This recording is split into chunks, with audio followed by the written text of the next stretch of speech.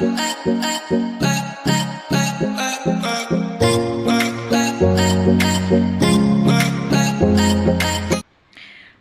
আলাইকুম viewers, welcome back to my channel. কেমন আছেন আপনারা সবাই?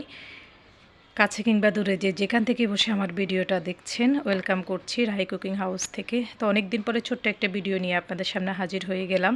তো আজকের ভিডিও হলো আমি শীতের সবজি দিয়ে কিভাবে খিচুড়ি রান্না করতেছি। খুব সহজ উপায়, এইবেন খুব একদম কম মশলা দিয়ে রান্না করছি। তো এখানে আমি চালটা ধুয়ে একটা প্যানে দিয়ে দিয়েছি আর সবজি দিয়ে দিয়েছি। আপনাদের বাসায় যে কোনো সবজি থাকলে আপনারা এই খিচুড়িটা রান্না করতে পারেন। আমার বাসায় যা ছিল আমি তাই দিয়েছি। তো মুসুরির ডাল দিয়েছি আমি এখানে পরিমাণ মতো, আর পেঁয়াজ, তারপর আদা বাটা, রসুন বাটা, একদম বললাম না একদম কম মশলা দিয়ে, আর হলুদের গুঁড়া, মরিচের গুঁড়া, এগুলো এই যে তেল দিয়েছি পরিমাণ মতো, তারপরে পরিমাণ মতো লবণ। তো যেটা বলছিলাম, একদম খুবই মশলা কম। আমি আবার যে কোনো কিছু সিম্পল জিনিস দেখাতে খুব পছন্দ করি, একদম মশলা বেশি বা খাই মশলা বেশি, কিন্তু এই যে খিচুড়িটা এভাবে যদি রান্না করি খুবই টেস্ট হয়। আমি তো আসলে বয়ে যাবার পরে দিচ্ছি, আমি মানে খেয়েছি, এত টেস্ট হয়েছে কি বলবো। আর শীতের সবজি দিয়ে তো যে কোনো কিছু আসলে খুবই মজা হয়, এটা তো আপনারা সবাই জানেন। তো এখানে আমি আস্ত জিরা দিয়ে দিয়েছি। সরি, আমার এখানে জিরা ধনিয়ার গুঁড়া দিতে স্কিপ হয়ে গেছে, আমি দিয়েছিলাম। যাই হোক, আমি হাত দিয়ে একদম ভালো করে মেখে নিব। অনেকে হয়তো বলতে পারবেন যে হাত দিয়ে কোনো মাখতেছেন বা হাত জ্বলবে না, জ্বলবে না। আমি খুব ভালোভাবে মশলাগুলোকে একদম চাল ডাল সবজির সাথে মিশিয়ে নিচ্ছি, এমনভাবে মানে মাখাচ্ছি। তো ভালো করে একদম মাখাই আমি করব, এই সামান্য একটু পানি দিয়ে তারপরে যে ঢাকনা দিয়ে আমি চুলায় বসিয়ে দিব।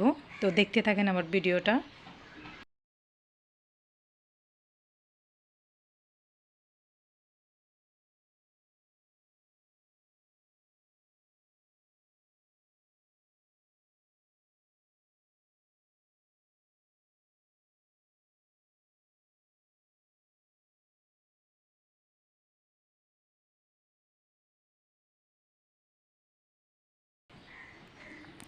তো এই যে আমি ঢাকনাটাও উঠিয়ে আবার দেখতেছি, এই যে নাড়াচাড়া করে দিচ্ছি।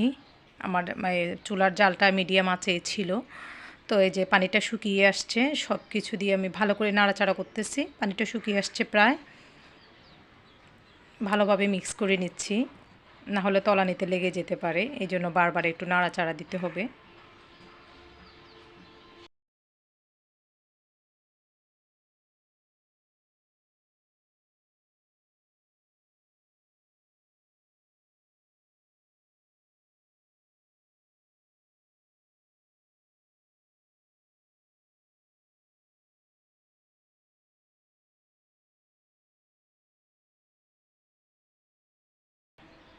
তো এই যে দেখেন, দেখতে কত সুন্দর হচ্ছে, কালারটাও খুব সুন্দর আসছে। যেমন দেখতে সুন্দর হয়েছে, আসলে খেতেও অনেক মজা হয়েছে, খুবই টেস্ট হয়েছে। আমি কিন্তু আহামরি কোনো মশলা এখানে দিই নাই।